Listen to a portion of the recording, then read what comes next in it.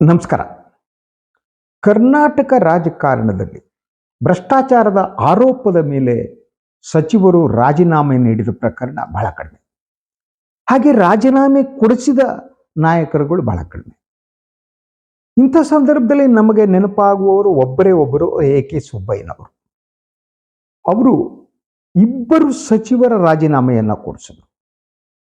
ಒಂದು Rolex watch ಹಗರಣ. CM. Ibrahim ಅವರು ಈ ಒಂದು ಹಗರಣದ ಕಾರಣಕ್ಕಾಗಿ ರಾಜೀನಾಮೆ ನೀಡಬೇಕಾಯಿತು. ಆ ರಾಜೀನಾಮೆ ಕೊಡಿಸಿದ ಕೀರ್ತಿ ಏನಿದೆ ಅದು ಎ.ಕೆ. ಸುಬ್ಬಯ್ಯನವರಿಗೆ ಸಲ್ಲಬೇಕು. ಅವರು ಇಡೀ ಆ ಪ್ರಕರಣವನ್ನು ಪ್ರೆಸೆಂಟ್ ಮಾಡಿದ ರೀತಿ ಅತ್ಯದ್ಭುತವಾಗಿತ್ತು. ಹಾಗೆ ನೋಡಿದರೆ ಇದರಲ್ಲಿ ಎ.ಕೆ. ಸುಬ್ಬಯ್ಯನವರ ಬಾಯಿ ಬಡಕತನ ಇರಲಿಲ್ಲ. ಅವರು ಮನಸ್ಸಿಗೆ ಬಂದಾಗ ಮಾತಾಡ್ತಿರ್ಲಿಲ್ಲ. ಆದರೆ ಸಿ.ಎಂ. ಇಬ್ರಾಹಿಂ ಮಾತಾಡ್ಬಿಟ್ಟಿದ್ರು. ಅವರು ದುಬೈಗೆ ಹೋದಾಗ ಅಲ್ಲಿ ಅರಸರು ಯಾರೋ ಒಂದು ವಾಚ್ ಕೊಟ್ಟಿದ್ರಂತೆ. ಅದನ್ನು ಹಿಡ್ಕೊಬಂದು ತಗೊಬಂದವರು ಅವರು ಸಾರ್ವಜನಿಕವಾಗಿ ಮಾತನಾಡಬೇಕಾದ್ರೆ ನನ್ನ ಕೈಲಿ ಎಂಥ ವಾಚ್ ಇದೆ ಗೊತ್ತೇನ್ರಿ, ಇದು ಸ್ಪೈ ಕೆಲಸ ಮಾಡಬಲ್ದು ಅಂತ ಏನೋ ಭಾಷಣ ಹೊಡ್ಬಿಟ್ರು. ಎ.ಕೆ. ಸುಬ್ಬಯ್ಯನವರು ಅದನ್ನು ಹಿಡಿದುಕೊಂಡ್ರು. ಸೊ ಆ ವಾಚ್ ಏನಿದೆ, ಆ ವಾಚು ಗಲ್ಫ್ ರಾಷ್ಟ್ರಗಳ ಪರವಾಗಿ ಸ್ಪೈ ಮಾಡುತ್ತೆ ಅಂತಹದು ಅಂತೇಳಿ ಅತ್ಯದ್ಭುತವಾಗಿ ನಿರೂಪಣೆ ಮಾಡಿಬಿಟ್ರು. ಅನಿವಾರ್ಯವಾಗಿ ಸನ್ಮಾನ್ಯ ಇಬ್ರಾಹಿಂ ಅವರು ರಾಜೀನಾಮೆ ನೀಡಬೇಕಾಗಿತ್ತು. ಇನ್ನೊಂದು ಪ್ರಕರಣದಲ್ಲಿ ಒಬ್ಬರು ಮಾಣಿಕ್ರಾವ್ ಪಾಟೀಲ್ ಅಂತ ಒಬ್ಬರು ಸಚಿವರಿದ್ದರು. ಅವರು ಯಾವುದೋ ಯೋಜನೆಗೆ ಸಂಬಂಧಪಟ್ಟ ಹಾಗೆ ಸುಮಾರು 200 ಮೂಟೆ, ಈಗ ಬಿಡಿ, ಈಗಿನ ಕತೆ ಬೇರೆ, 200 ಮೂಟೆ ಸಿಮೆಂಟ್ ನಾಪತ್ತೆಯಾಗಿತ್ತು ಅನ್ನೋದು ಆರೋಪ. ಅವರು ನನಗೆ ನೆನಪಿರುವ ಹಾಗೆ most probably subject to correction Gundu Rao ಸರ್ಕಾರದಲ್ಲಿ ಅವರು ಸಚಿವರಾಗಿದ್ದರು. ಅವರು ರಾಜೀನಾಮೆ ನೀಡಬೇಕಾಯಿತು. ಆ ರಾಜೀನಾಮೆ ಕೊಡಿಸಿದ ಕೀರ್ತಿ ಕೂಡ ಎ.ಕೆ. ಸುಬ್ಬಯ್ಯನವರಿಗೆ ಸೇರಬೇಕು. ಅವರ ವಾಗ್ದಾಳಿ ಮತ್ತು ಭ್ರಷ್ಟಾಚಾರಕ್ಕೆ ಸಂಬಂಧಪಟ್ಟ ಹಾಗೆ ಎ.ಕೆ. ಸುಬ್ಬಯ್ಯನವರು ಯಾವತ್ತೂ ಕೂಡ ಕಾಂಪ್ರಮೈಸ್ ಮಾಡ್ಕೊತಿರಲಿಲ್ಲ. ಅವರ ಮೇಲೆ ಯಾವ ರೀತಿಯ ಆರೋಪವನ್ನು ಕೂಡ ಮಾಡೋದಕ್ಕೆ ಸಾಧ್ಯ ಇರಲಿಲ್ಲ. ಇವತ್ತಿನ ರಾಜಕಾರಣಿಗಳಂತಾನೆ ಅಲ್ಲ. ಅವರು ಆ್ಯಕ್ಚುಲಿ ಎಮ್.ಎಲ್.ಎ. ಕಾಲೋನಿ ಏನಿದೆ, ಇದು ಆರ್.ಟಿ. ನಗರದ ಈ ಕಡೆ ಒಂದು ಸಾಧಾರಣವಾದ ಸಣ್ಣ ಮನೆಯಲ್ಲಿ ಬದುಕ್ತಾ ಇದ್ರು ಅವರು ಎ.ಕೆ. ಸುಬ್ಬಯ್ಯ. ಈ ವಿಚಾರ ಪ್ರಸ್ತಾಪ ಮಾಡೋದಕ್ಕೆ ನಾನು ಕಾರಣ ಇದೆ. ಭ್ರಷ್ಟಾಚಾರದ ವಿರುದ್ಧ ಹೋರಾಟ ಏನಿದೆ, ಆ ಹೋರಾಟ ಕರ್ನಾಟಕದ ರಾಜಕೀಯ ಇತಿಹಾಸದಲ್ಲಿ ಅದನ್ನು ಬಿಟ್ಟ ನಂತರ ಇಲ್ಲವೇ ಇಲ್ಲ. ನಂತರ ಏನಿದ್ರೆ ಕಾಂಪ್ರಮೈಸ್ಗಳು, ಅಡ್ಜಸ್ಟ್ಮೆಂಟ್ಗಳು, ಬೆದರಿಕೆ ಒಡ್ಡೋದು, ಹೆದರಿಸೋದು ಸುಮ್ಮನಾಗೋದು. ಅಂದರೆ ಎ.ಕೆ. ಸುಬ್ಬಯ್ಯನವರಂತೆ ಭ್ರಷ್ಟಾಚಾರದ ವಿರುದ್ಧ ಹೋರಾಡುವ ಒಂದು ಕಮಿಟ್ಮೆಂಟ್ ಇದ್ದ ರಾಜಕಾರಣಿಗಳಿಲ್ಲ. ಇದೊಂಥರ ನಾನು ಮಾತನಾಡೋದಕ್ಕೆ ಪ್ರಿಯಾಂಬಲ್. ಈಗ ನಾನು ಮಾತನಾಡ್ತಾ ಇರೋದು ಸನ್ಮಾನ್ಯ ಕೇಂದ್ರ ಸಚಿವರು ಆಗಿರುವ, ಹಿರಿಯ ನಾಯಕರು ಆಗಿರುವ, ಮಾಜಿ ಮುಖ್ಯಮಂತ್ರಿಗಳು ಆಗಿರುವ ಎಚ್.ಡಿ. ಕುಮಾರಸ್ವಾಮಿ ಅವರು ಇವತ್ತು ಒಂದು ಪತ್ರಿಕಾಗೋಷ್ಠಿಯನ್ನು ಕರೆದಿದ್ದರು. ಅವರೊಂದು ಮಹತ್ವದ ಪತ್ರಿಕಾಗೋಷ್ಠಿಯನ್ನು ಕರೀತಾರೆ ಅಂತ ಹೇಳಿ 4 ದಿನಗಳ ಮೊದಲೇ ಅವರ ಪುತ್ರರಾದಂಥ ನಿಖಿಲ್ ಕುಮಾರಸ್ವಾಮಿ ಅವರು ಮೊದಲೇ ಅನೌನ್ಸ್ ಮಾಡಿದ್ರು. ಭಾಳ ಮಹತ್ವದ ಒಂದು ಪತ್ರಿಕಾಗೋಷ್ಠಿಯನ್ನು ಕುಮಾರಸ್ವಾಮಿಯವರು ಕರೀತಾರೆ. ಇವತ್ತು ಅವರು ಕುಮಾರಸ್ವಾಮಿಯವರು ಕರೆದಿದ್ದರು. ಅವರು ನೇರವಾಗಿ ಆದಷ್ಟು ಟಾರ್ಗೆಟ್ ಮಾಡಿದ್ದು ಡಿ.ಕೆ. ಶಿವಕುಮಾರ್ ಅವರನ್ನು. ಅವರ ಮೇಲೆ ಆರೋಪಗಳನ್ನ ಮಾಡುತ್ತಾ ಒಂದು ಬಳ್ಳಾರಿ ಇದಕ್ಕೆ ಸಂಬಂಧಪಟ್ಟ ಹಾಗೆ, ಐರನ್ ಓರ್ಗೆ ಸಂಬಂಧಪಟ್ಟ ಹಾಗೆ ಒಂದು ಆರೋಪ ಮಾಡಿದ್ರು. ಸೊ ಅದು ಆರೋಪದ ವಿವರಗಳನ್ನು ಅವರು ಸಂಪೂರ್ಣವಾಗಿ ನೀಡಿಲ್ಲ. ಅವರು ಏನಂದ್ರು ಅಂತಂದರೆ, ನಾನು ಮಾಧ್ಯಮಗಳಲ್ಲಿ ನೋಡಿದಾಗೆ, ನಾನು ಆ ಪತ್ರಿಕಾಗೋಷ್ಠಿಯಲ್ಲಿ ಹಾಜರಾಗಿರಲಿಲ್ಲ, ಅದರಿಂದ ನಾನು ಮಾಧ್ಯಮಗಳು ನೋಡಿದಾಗೆ ಅವರು ಹೇಳಿದ್ದೇನು ಅಂತ ಅಂದರೆ, ಮೈಸೂರು ಮಿನರಲ್ಸ್ಗೆ ಡಿ.ಕೆ. ಶಿವಕುಮಾರ್ ಅವರು ಈ ಒಂದು ಐರನ್ ಓರ್ ಸಲುವಾಗಿ ಹಲವಾರು ಪತ್ರಗಳನ್ನು ಬರೆದಿದ್ದರು. ಇವರದ್ದೆಲ್ಲ ನನಗೆ ಗೊತ್ತಿದೆ, ನನ್ನ ಹತ್ರ ಟನ್ಗಟ್ಟಲೆ ದಾಖಲೆಗಳಿವೆ. ಇದು ಹಲವು ಪ್ರಶ್ನೆಗಳನ್ನು ಹುಟ್ಟಾಗುತ್ತೆ. ಒಂದು, ಭ್ರಷ್ಟಾಚಾರದ ಪ್ರಕರಣವನ್ನು ಹೊರಹಾಕಬೇಕು ಅಂತ ನೀವು ಗಂಭೀರವಾಗಿದ್ದರೆ ಅದರ ನಿರ್ವಹಿಸಬೇಕಾದ ರೀತಿ ಬೇರೆ. ಇಡೀ ಪ್ರಕರಣವನ್ನು ಒಂದು ತಾರ್ಕಿಕ ಅಂತ್ಯಕ್ಕೆ ತೆಗೆದುಕೊಂಡು ಹೋಗಬೇಕು. ಎ.ಕೆ. ಸುಬ್ಬಯ್ಯನವರು ಆ ಕೆಲಸವನ್ನು ಮಾಡ್ತಾ ಇದ್ರು. ಅದಕ್ಕೆ ನಾನು ಮೊದಲು ಎ.ಕೆ. ಸುಬ್ಬಯ್ಯನವರ ಹೆಸರನ್ನು ಹೇಳಿದ್ದು. ಒಂದು ತಾರ್ಕಿಕ ಅಂತ್ಯ ಅನ್ನೋದೇನಿರುತ್ತೆ, ಅದು ಯುದ್ಧೋಪಾದಿಯಲ್ಲಿ ಅದನ್ನು ತೆಗೆದುಕೊಂಡು ಹೋಗಬೇಕು. ಮತ್ತು ಸಂಪೂರ್ಣವಾಗಿ ಅದರ ದಾಖಲೆಗಳನ್ನು ಬಿಡುಗಡೆ ಮಾಡಬೇಕು ಹೊರತು ನನ್ನ ಬಳಿ ದಾಖಲೆ ಇದೆ ಅಂತ ಸುಮ್ಮನಾಗೋದು ಯಾಕೆ? ಒಂದು. ಎರಡನೇದಾಗಿ ಇವತ್ತಿನಿಂದ ಕುಮಾರಸ್ವಾಮಿಯವರು ಸರ್ಕಾರದ ವಿರುದ್ಧ ಯುದ್ಧವನ್ನು ಅಂದರೆ ಸಮರವನ್ನು ಘೋಷಿಸಿದ್ದಾರೆ. ನಾನು ಇವತ್ತಿನಿಂದ ವಾರ್ ಡಿಕ್ಲೇರ್ಡ್ ಮಾಡಿದ್ದೇನೆ ಅಂತ. ಇವತ್ತಿಂದ ವಾರ್ ಡಿಕ್ಲೇರ್ ಮಾಡಿದ್ರು. ಇಷ್ಟು ದಿನ ಅವ್ರು ಏನು ಮಾಡ್ತಾ ಇದ್ರು? ಯಾಕೆ ಸುಮ್ಮನಿದ್ರು? ಒಂದು. ಎರಡನೇದಾಗಿ ನಮಗೆ ಬರುವ ಅನುಮಾನಗಳು ಯಾವುದು ಅಂತ. ಯಾವಾಗ ನೀವು ಬೇರೆಯವರ ಮೇಲೆ ಭ್ರಷ್ಟಾಚಾರದ ಆರೋಪವನ್ನು ಮಾಡಿದಾಗ ನೀವು ನಿಮ್ಮ ರಾಜಕೀಯ ಬದುಕು, ನಿಮ್ಮ ಸಾಮಾಜಿಕ ಬದುಕು ಎ.ಕೆ. ಸುಬ್ಬಯ್ಯನವರ ಬದುಕಿನಂತೆ ನಿಷ್ಕಲ್ಮಶವಾಗಿರಬೇಕು. ನೀವು ಪ್ರಾಮಾಣಿಕರಾಗಿದ್ದರೆ ನಿಮಗೆ ಇನ್ನೊಬ್ಬರ ಮೇಲೆ ಆರೋಪ ಮಾಡುವ ನೈತಿಕ ಅಧಿಕಾರ ಬರುತ್ತೆ. This is one thing. ಎರಡನೇದು, ಈ ಹಿಂದೆ ಕೂಡ ಕುಮಾರಸ್ವಾಮಿಯವರ ಕಿಸೆಯಲ್ಲಿ ಒಂದು ಪೆನ್ ಡ್ರೈವ್ ಇತ್ತು. ಆಗಾಗ ಹಿಂಗೆ ತೆಗಿತಿದ್ರು ಅವರು, ತೆಗೆದ್ಬಿಟ್ಟು ಪೆನ್ ಡ್ರೈವ್ ಅಂತಿದ್ರು. ಸೊ ನಾನು ಆವಾಗ ಅಂದ್ಕೊಂಡಿದ್ದು ಆ ಪೆನ್ ಡ್ರೈವ್ ಒಳಗೆ ಗುತ್ತಿಗೆದಾರರ ಇನ್ನೊಬ್ಬರದ ಕಮಿಷನ್ ವಿವರಗಳು ಇರಬೇಕು ಅಂತ. ಗೊತ್ತಿಲ್ಲ, ಅವರು ಆ ಟೈಮಿಗೆ ಅದರ ಆರೋಪ ಮಾಡಿದ್ರು ಕಾಂಗ್ರೆಸ್ ಸರ್ಕಾರ. ಅದನ್ನು ತಾರ್ಕಿಕ ಅಂತ್ಯಕ್ಕೆ ಅವರು ಕೊಂಡೊಯ್ತಾರೆ ಅಂತಲೂ ನಾನು ನಂಬಿದ್ದೆ. ಯಾಕೆಂದರೆ ಅವ್ರ ಹತ್ರ ಇರುವ ಪೆನ್ ಡ್ರೈವ್ನಲ್ಲಿ ಭಾಳ ಮಹತ್ವದ ಅಂಶಗಳಿರಬೇಕು ಅಂತ ನಾನು ಅಂದ್ಕೊಂಡಿದ್ದೆ. ಅದು ಸಾಧ್ಯತೆ ಯಾಕಿತ್ತು ಅಂತಂದರೆ, ಕುಮಾರಸ್ವಾಮಿ ಅವರಿಗಾಗಲಿ ಎಚ್ ಡಿ ದೇವೇಗೌಡ ಅವರಿಗಾಗಲಿ ಸರ್ಕಾರದ ದಾಖಲೆಗಳು ಅತಿ ಈಸಿಯಾಗಿ ಸಿಗ್ತವೆ. ಯಾಕಂದರೆ ಈಗಲೂ ಕೂಡ ವಿಧಾನಸೌಧದಲ್ಲಿ ಕುಮಾರಸ್ವಾಮಿ ಗೌಡರನ್ನ ಪ್ರೀತಿಸುವ, ಬೆಂಬಲಿಸುವ ಬಹಳಷ್ಟು ಸರ್ಕಾರಿ ಅಧಿಕಾರಿಗಳಿದ್ದಾರೆ. ಅವರು ಈಸಿಯಾಗಿ ದಾಖಲೆಗಳನ್ನು ಕೊಡ್ತಾರೆ. ದಾಖಲೆಗಳನ್ನು ಕೊಡೋದು ದೊಡ್ಡ ಪ್ರಶ್ನೆನೇ. ಆದರೆ ಆ ದಾಖಲೆಗಳನ್ನು ಕುಮಾರಸ್ವಾಮಿ ಹೇಗೆ ಬಳಸ್ಕೊಳ್ತಾರೆ ಅನ್ನೋದು ಈಗಿನ ಪ್ರಶ್ನೆ. ಅದಕ್ಕಾಗಿ ನಾನು ಪ್ರಸ್ತಾಪ ಮಾಡಿದ್ದು ಪೆನ್ ಡ್ರೈವ್. ಆ ಪೆನ್ ಡ್ರೈವನ್ನು ಅವರು ಏನು ಮಾಡಿದ್ರೋ ಗೊತ್ತಿಲ್ಲ. ಅವರು ಅದು ಯಾರಿಗೆ ಕೊಟ್ಟರೋ ಗೊತ್ತಿಲ್ಲ. ಪೆನ್ ಡ್ರೈವ್ನ ಒಳಗಿರುವ ಅಂಶಗಳು ಯಾವುದು ಅಂತಲೂ ಹೇಳಿಲ್ಲ. ಅದು ಯಾವ ಪೆನ್ ಡ್ರೈವ್ ಅಂತಲೂ ಗೊತ್ತಿಲ್ಲ. ಅದ್ರಲ್ಲಿ ಎಂತೆಂಥ ದಾಖಲೆಗಳಿತ್ತು ಅನ್ನೋದು ಗೊತ್ತಿಲ್ಲ.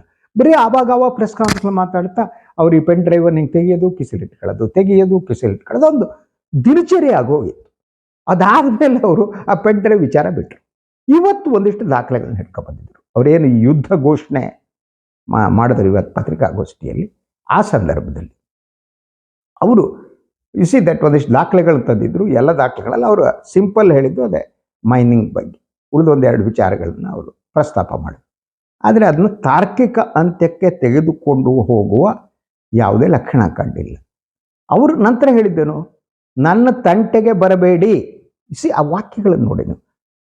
ನನ್ನ ತಂಟೆಗೆ ಬರಬೇಡಿ. ನನ್ನ ತಂಟೆಗೆ ಬಂದರೆ ನನ್ನ ಹತ್ರ ಟನ್ಗಟ್ಟಲೆ ದಾಖಲೆಗಳಿವೆ. ಅಂದರೆ ಕುಮಾರಸ್ವಾಮಿಯವರು ಸರ್ಕಾರದ ಜೊತೆ ಒಂದು ಅಡ್ಜಸ್ಟ್ಮೆಂಟ್ ಮಾಡೋಕೊಳ್ಳೋದು ಬಯಸ್ತಿದ್ದಾರ. ನನ್ನ ತಂಟೆಗೆ ಬಂದರೆ please go through the sentence.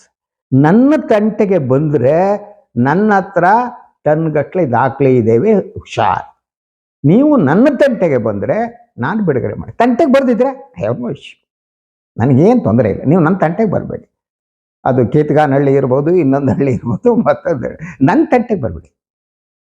ಯಾಕೆಂದರೆ ನಿಮ್ಮಲ್ಲಿ ನನ್ನ ಹತ್ರ ದಾಖಲೆಗಳಿದೆ. ಅಂದರೆ ಈ speaking about the adjustment politics ಕುಮಾರಸ್ವಾಮಿಯವರು. ಸೊ ನೀವು ಸುಮ್ಮನಿದ್ದರೆ ನಾನು ಸುಮ್ಮನಿರ್ತೀನಿ. ಇದು ಭ್ರಷ್ಟಾಚಾರದ ಮೇಲೆ ನಡೆಸುವ ಹೋರಾಟದ ಲಕ್ಷಣವ. ನೀವು ಭ್ರಷ್ಟಾಚಾರದ ವಿರೋಧ ಆಗಿದ್ದರೆ, ಸರ್ಕಾರದ ಹಣ ಲೂಟಿಯಾಗುತ್ತೆ ಅಂತಾಗಿದ್ದರೆ, ಸರ್ಕಾರದ ಹಣವನ್ನು ಈ ಕಾಂಗ್ರೆಸ್ ಸರ್ಕಾರ ಸಚಿವರು ಕೊಳ್ಳೆ ಹೊಡಿತಿದ್ದಾರೆ ಅಂತಂದರೆ ಅದನ್ನು ಜನರ ಮುಂದೆ ಪ್ರಸ್ತುತಪಡಿಸ್ತಾ ಸಾಬೀತುಪಡಿಸಬೇಕಾದ್ದು ನಿಮ್ಮ ಹೊಣೆಗಾರಿಕೆ ಅಲ್ವಾ? ನಿಮಗೆ ಇದಕ್ಕಿಂತ ಬಹಳ ಮುಖ್ಯವಾದದ್ದು ಅಡ್ಜಸ್ಟ್ಮೆಂಟ್ ರಾಜಕಾರಣ. ಯಾಕೆ ಈ ಬೆದರಿಕೆ ಒಡ್ಡುವ ಮಾತುಗಳನ್ನು ನೀವು ಆಡ್ತಾ ಇದ್ದೀರಿ ಕುಮಾರಸ್ವಾಮಿ ಅವರೇ?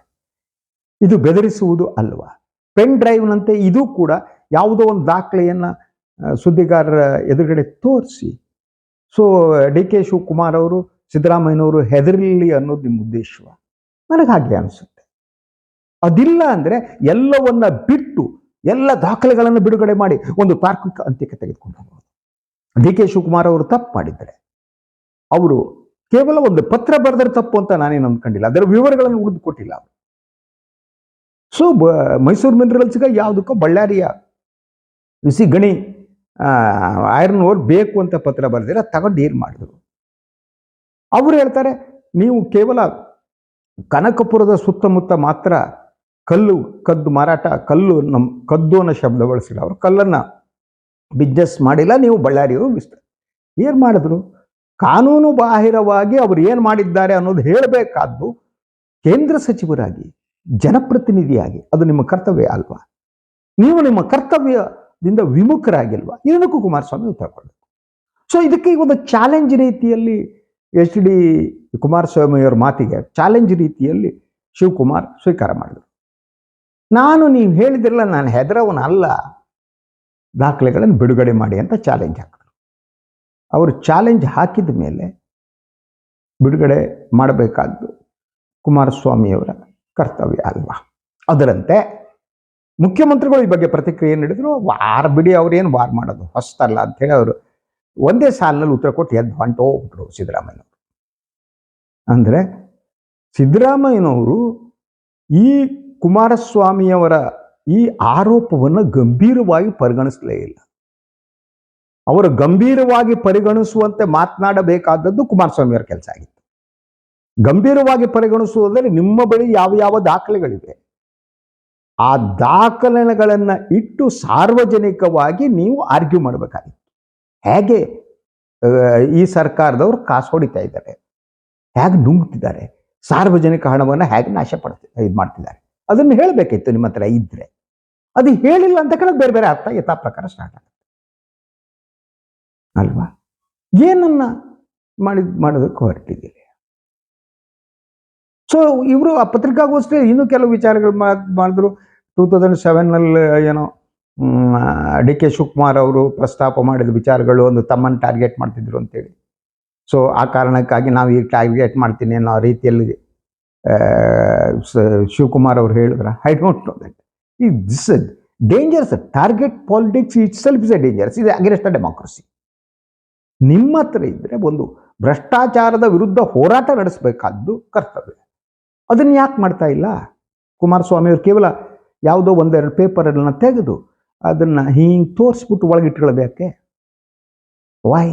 ಅದರ ಉದ್ದೇಶ ಏನು? ಅಂದರೆ ಕುಮಾರಸ್ವಾಮಿಯವರ ಹಿಂದೆ ಕೂಡ ಅವರ ಬೆನ್ನ ಹಿಂದೆ ಇಂಥ ಹಲವು ಅಂಶಗಳಿದೆ ಅನ್ನುವ ಭಯ, ಆತಂಕ ಕೂಡ ಅವರಿಗೆ ಕಾಡ್ತಾ ಇದೆಯಾ? ಅಂಥ ಸಂದರ್ಭದಲ್ಲಿ ಮಾತ್ರ ಹೊಂದಾಣಿಕೆ ಮಾತನಾಡ್ಬೋದು. ನೋಡಿ, ನಾನು ಕಳ್ತನ ಮಾಡ್ತೀನಿ, ನೀವು ಕಳ್ತನ ಮಾಡ್ತೀರಿ. ನೀವು ನನ್ನ ಕಳ್ತನದ ಬಗ್ಗೆ ಮಾತನಾಡಿದರೆ ನಾನು ನಿಮ್ಮ ಕಳ್ತನ ಹೊರಗೆ ಹಾಕ್ತೀನಿ.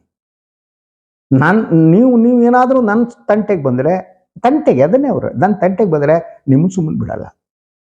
ಅಂದರೆ ಇಡೀ ಕರ್ನಾಟಕದ ರಾಜಕಾರಣ ಅನ್ನೋದು ಕುಮಾರಸ್ವಾಮಿ, DK ಶಿವಕುಮಾರ್ ಮತ್ತು ಸಿದ್ದರಾಮಯ್ಯನವರ ಹೊಂದಾಣಿಕೆ ರಾಜಕಾರಣ. ಆ ಮೂಲಕ ನೀವು ಸಾರ್ವಜನಿಕರಿಗೆ ನೀವು ದ್ರೋಹ ಎಸಗ್ತಾ ಇಲ್ವಾ? ನಿಮ್ಮ ಹತ್ರ ದಾಖಲೆಗಳಿದ್ದರೆ ಯಾಕೆ ಬಿಡುಗಡೆ ಮಾಡ್ತಾ ಇಲ್ಲ? ಯಾಕೆ ಆ ದಾಖಲೆಗಳನ್ನ ಇಟ್ಕೊಂಡಿದ್ದೀರಿ? ಅದೇನು ತಲೆದಿಂಬಿಗೆ ಹಾಕೊಂಡಿದ್ದೀರಾ ನೀವು? ನಿಮ್ಮ ಮಲಗದ ಅದೇ ದಾಖಲೆಗಳ ಮೇಲೆ ಟನ್ಗಟ್ಟಲೆ ಇದೆ ದಾಖಲೆಗಳಂತೀರಿ. ಅದರಲ್ಲಿ ನೀವು ಹೇಳುವಾಗ ಹಲವಾರು ಭ್ರಷ್ಟಾಚಾರದ ಪ್ರಕರಣಗಳಿರ್ಬೋದು. ಒಂದೊಂದೇ ಪ್ರಕರಣಗಳನ್ನು ಹೊರಗೆ ಹಾಕಬೇಕಲ್ವ ನೀವು? ಯಾರಿಗಾಗಿ ಕಾಯ್ತಿದ್ದೀರಿ? ಯಾಕೆ ಕಾಯ್ತಿದ್ದೀರಿ? ಅಡ್ಜಸ್ಟ್ಮೆಂಟ್ಗೆ ಕಾಯ್ತಿದ್ದೀರಾ? ಸೊ ಯಾಕೆ ಈಗಿನ ಸರ್ಕಾರವನ್ನ, ಮಂತ್ರಿಗಳನ್ನ, ಮುಖ್ಯಮಂತ್ರಿಗಳನ್ನ, ಉಪಮುಖ್ಯಮಂತ್ರಿಗಳನ್ನ ಬೆತ್ತಲೆಗೊಳಿಸಕ್ಕೆ ನಿಮ್ಗೆ ಆಗ್ತಾ ಇಲ್ಲ? ಆ ಮನಸ್ಸು ನಿಮ್ಗೆ ಯಾಕಿಲ್ಲ ನಿಮ್ಗೆ? ಅಂದರೆ ನಿಮ್ಮ ಹಿಂದಿನ ಕರಾಳ ಸತ್ಯ ಹೊರಗಡೆ ಬರುತ್ತೆ ಅನ್ನುವ ಭಯ ನಿಮ್ಮನ್ನು ಕಾಡ್ತಾ ಇರ್ಬೇಕಲ್ವಾ? ಅಲ್ವಾ? ನೀವು ಕೂಡ ದಟ್ಟ ರಾಜಕಾರಣಕ್ಕೆ ಬರುವ ಮೊದಲು ಚಿತ್ರರಂಗದಲ್ಲಿದ್ದವರು ಅಲ್ವಾ? ಆಗ ನೀವು ಎಷ್ಟು ದುಡಿದಿದ್ದೀರಿ ಅನ್ನೋದು ನಿಮಗೆ ಗೊತ್ತು. ಆದರೆ ರಾಜಕಾರಣಕ್ಕೆ ಬಂದ ಮೇಲೆ ನಿಮ್ಮ ದುಡಿಮೆನೇ ಇಲ್ವಾ ಜೀರೋನ? ರಾಜಕಾರಣಕ್ಕೆ ಬಂದ ಮೇಲೆ ನಿಮ್ಮ ದುಡಿಮೆ ಯಾವುದು? ಪ್ರಾಮಾಣಿಕವಾದ ದುಡಿಮೆ ಯಾವುದು? ಸೊ ಎಲ್ಲಿಂದ ತಮಗೆ ಹಣ ಬರುತ್ತೆ? ತಮ್ಮ ಪುತ್ರ ನಿಖಿಲ್ಗೆ 4-5 ಕಾರ್ ಇದೆ ಅಂತಾರೆ ಎಲ್ಲ. ಅವರಿಗೊಂದು ಇದಿದೆಯಂತೆ, ಕ್ರೇಜ್ ಇದೆಯಂತ. ತಪ್ಪಲ್ಲ. ಸೊ ಆಲ್ ಹೈ ಹ್ಯಾಂಡೆಡ್ ಕಾರ್ಗಳಿದೆ ಅಂತಾರೆ. ಸೊ ಇದೆಲ್ಲ ಎಲ್ಲಿಂದ ಬರುತ್ತೆ? ಹೇಗೆ ಬರುತ್ತೆ? ನನಗೆ ಅರ್ಥವಾದದ್ದು, ನನಗೆ ಅರ್ಥ ಆಗಲ್ಲ. I don't understand. ಅದಕ್ಕೆ ಕೇಳ್ತೀನಿ, ಎಲ್ಲಿಂದ ಬರ್ತಿದ್ದಲ್ಲ? ಅಂದರೆ ನೀವು ಚಿತ್ರರಂಗವನ್ನು ಬಿಟ್ಟು ರಾಜಕಾರಣಕ್ಕೆ ಬಂದ ಮೇಲೆ ನಿಮ್ಮ ದುಡಿಮೆ ಏನಿದೆ, ಆ ದುಡಿಮೆಯ ಮಾರ್ಗಗಳು ಯಾವುದು? ತಮ್ಮ ಖರ್ಚು ಗೊತ್ತಿದೆ. ನೀವು ರಾಜಕೀಯ ಪಕ್ಷವನ್ನು ನಡೆಸ್ತೀರಿ, that's not so easy. Political parties ಇದನ್ನೆಲ್ಲ ಹೇಳುವಾಗಲೂ ಕೂಡ ಕುಮಾರಸ್ವಾಮಿಯವರು ಮೊದಲ ಬಾರಿ ಮುಖ್ಯಮಂತ್ರಿ ಆದಾಗ ಮಾಡಿರುವ ಕೆಲಸವನ್ನು ಎಪ್ರಿಸಿಯೇಟ್ ಮಾಡೋರು ನಾನು. ಅವರ ಗ್ರಾಮ ವಾಸ್ತವ್ಯದಂಥ ಕೆಲಸಗಳು, ಎಸ್ ಐ ಎಪ್ರಿಸಿಯೇಟ್, ಅದ್ಭುತವಾಗಿ ಮಾಡಿದ್ದಾರೆ. ಹಾಗೇನು ರೈತರ ಸಾಲ ಮನ್ನಾ, hats off to Kumaraswamy, I don't deny that. ಅದು ಬೇರೆ. ಆದರೆ ಇಡೀ ಸಾರ್ವಜನಿಕ ಬದುಕಿನಲ್ಲಿ ಅವರ ವರ್ತನೆಗಳೇನಿವೆ ಆ ವರ್ತನೆಗಳು ಸಂಶಯಾಸ್ಪದವಾಗಿವೆ.